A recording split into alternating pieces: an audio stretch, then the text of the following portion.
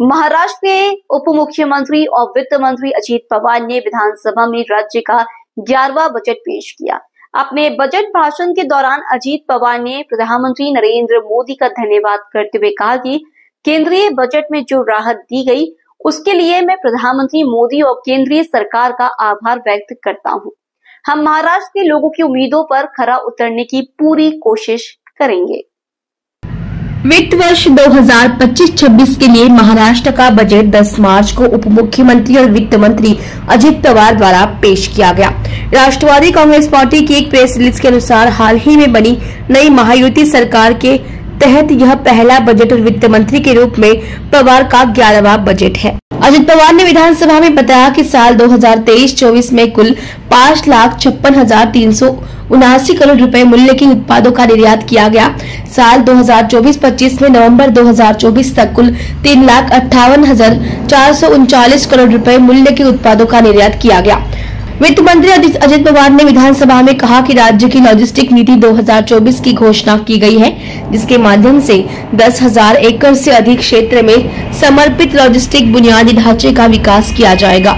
अजीत पवार ने कहा कि राज्य निवेश और रोजगार सृजन के मामले में औद्योगिक विकास में हमेशा अग्रणी रहा है और प्रत्यक्ष विदेशी निवेश में मामले में देश में शीर्ष पर है। जनवरी 2025 में दावोस में आयोजित विश्व आर्थिक मंच के राज्य ने कुल 63 कंपनियों के साथ एमओयू पर हस्ताक्षर किए।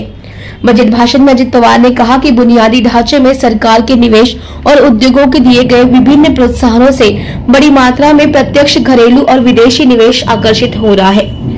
इस सरकार का पहला बजट विधानसभा में पेश कर रहे हैं। अजीत पवार ने विधानसभा में कहा कि अर्थव्यवस्था के विकास चक्र को बढ़ावा देने के लिए 4 प्रमुख कारकों में वृद्धि की आवश्यकता है: निजी और सरकारी निवेश, उपभोक्ता खर्च और निर्यात।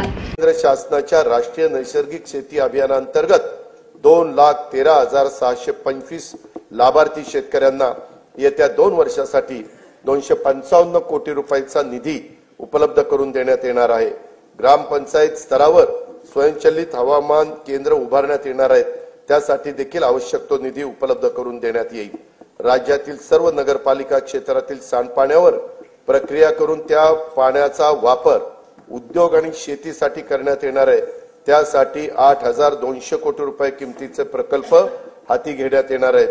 राज्यातील बांबू उत्पादक शेतकऱ्यांना प्रोत्साहन देणे, बांबूला बाजारपेठ उपलब्ध करून देणे आणि बांबू आधारित उद्योगांना चालना देण्यासाठी राज्यात 4,300 कोटी रुपये किमतीच्या बांबू लागवड प्रकल्प राबवण्यात येणार आहे। संयुक्त राष्ट्र संघाने सन 2025 हे वर्ष आंतरराष्ट्रीय सहकार वर्ष म्हणून घोषित केले आहे। त्या अनुषंगाने राज्यात विविध कार्यक्रम, महोत्सव आयोजित करण्यात येणार असून त्यासाठी पुरेसा निधी देखील उपलब्ध करून देण्यात येईल। लहान, सीमांत शेतकरी व कृषी नवउद्योजकांना केंद्रस्थानी ठेवून शेतमालाच्या मूल्य साखळ्यांच्या विकासासाठी 2,100 कोटी म्हणजेच 2100 कोटी रुपये किमतीचा माननीय बाळासाहेब ठाकरे कृषी व्यवसाय व ग्रामीण परिवर्तन स्मार्ट प्रकल्प राबवण्यात येत आहे।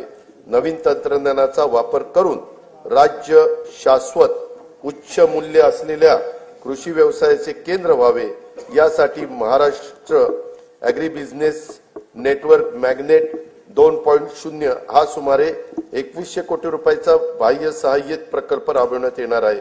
देशी गाईचे संगोपन, संवर्धन आणि संशोधनासाठी देवलापार जिल्हा नागपूर येथे गौ विज्ञान अनुसंधान केंद्रास सहाय्य केले जाईल। नवी मुंबईत महामुंबई आंतरराष्ट्रीय बाजार, मुंबईत मरोळमध्ये आंतरराष्ट्रीय मत्स्य बाजार तसेच आरमोरी जिल्हा गडचिरोली येथे रेशीम कोष खरेदी विक्री बाजारपेठ स्थापन करण्यात येणार आहे। ज्या तालुक्यामध्ये बाजार समिती अस्तित्वात नाही तेथे किमान एक स्वतंत्र बाजार समिती स्थापन करण्याचे ठरवण्यात आले। त्यासाठी एक तालुका एक बाजार समिती योजना राबवण्यात येणार आहे। कृषी क्षेत्रातील 16,000 मेगावॉट विजेची मागणी हरित ऊर्जेतून पूर्ण करण्याचे उद्दिष्ट ठेवण्यात आले आहे। शेतकऱ्यांना दिवसा विश्वासार्ह वीज पुरवठा करणे शक्य व्हावं, यासाठी 27 जिल्ह्यांच्या मध्ये मुख्यमंत्री सौर कृषी वाहिनी योजना 2.0 मधून 2,779 विद्युत उपकेंद्रासाठी सौर प्रकल्प हाती घेण्यात आले असून ते ऑक्टोबर 2026 पर्यंत पूर्ण होणार आहेत। जानेवारी 2024 पासून आतापर्यंत 2,90,129 सौर कृषी पंप स्थापित करण्यात आले आहेत। सध्या प्रत्येक दिवशी 1,000 पंप या गतीने सौर कृषी पंपाची स्थापना करण्यात येत आहे। बी बियाणं, यंत्रसामुग्री, खते आणि शेतमालाच्या वाहतुकीसाठी महत्त्वाच्या असलेल्या शेत व पाणंद रस्त्याच्या बांधणीसाठी बळीराजा शेत व पाणंद रस्ते रामटेकच्या धर्तीवर ही योजना सुरू करण्यात येणार आहे। सन 2025-26 या वर्षासाठी कार्यक्रम खर्चाकरता कृषी विभागाला 9,710 कोटी रुपये, पशुसंवर्धन, दुग्ध विकास व मत्स्य व्यवसाय विकास विभागाला 635 कोटी रुपये, फलोत्पादन विभागाला 708 कोटी रुपये, मृद व जलसंधारण विभागाला 4,247 कोटी रुपये, जलसंपदा व खारभूमी विभागाला 16,456 कोटी रुपये, मदत व पुनर्वसन विभागाला 638 कोटी रुपये, रोजगार हमी योजना विभागाला 2,205 कोटी रुपये, सहकार व पणन विभागाला 1,178 कोटी रुपये, अन्न नागरी पुरवठा विभागाला 526 कोटी रुपयाचा नियतव्यय प्रस्तावित आहे।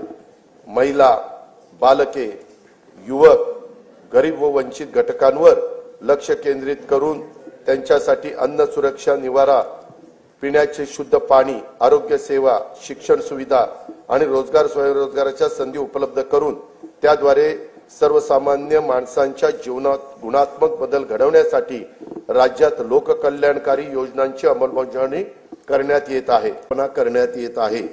बी बियाणं, यंत्रसामुग्री, खते आणि शेतमालाच्या वाहतुकीसाठी महत्त्वाच्या असलेल्या शेत व पाणंद रस्त्याच्या बांधणीसाठी बळीराजा शेत व पाणंद रस्ते रामटेकच्या धर्तीवर ही योजना सुरू करण्यात येणार आहे। सन 2025-26 या वर्षासाठी संदर्भात तज्ञ मनुष्यबळांचा पुरवठा करण्यासाठी महाराष्ट्र सायबर गुन्हे सुरक्षा महामंडळ स्थापित करण्यात येणार आहे। घरबांधणी अग्रिमाची मागणी करणाऱ्या पोलीस दलातील सर्व अधिकारी व कर्मचाऱ्यांना अग्रिम देणे शक्य व्हावे यासाठी आवश्यक ती तरतूद करण्यात येणार आहे।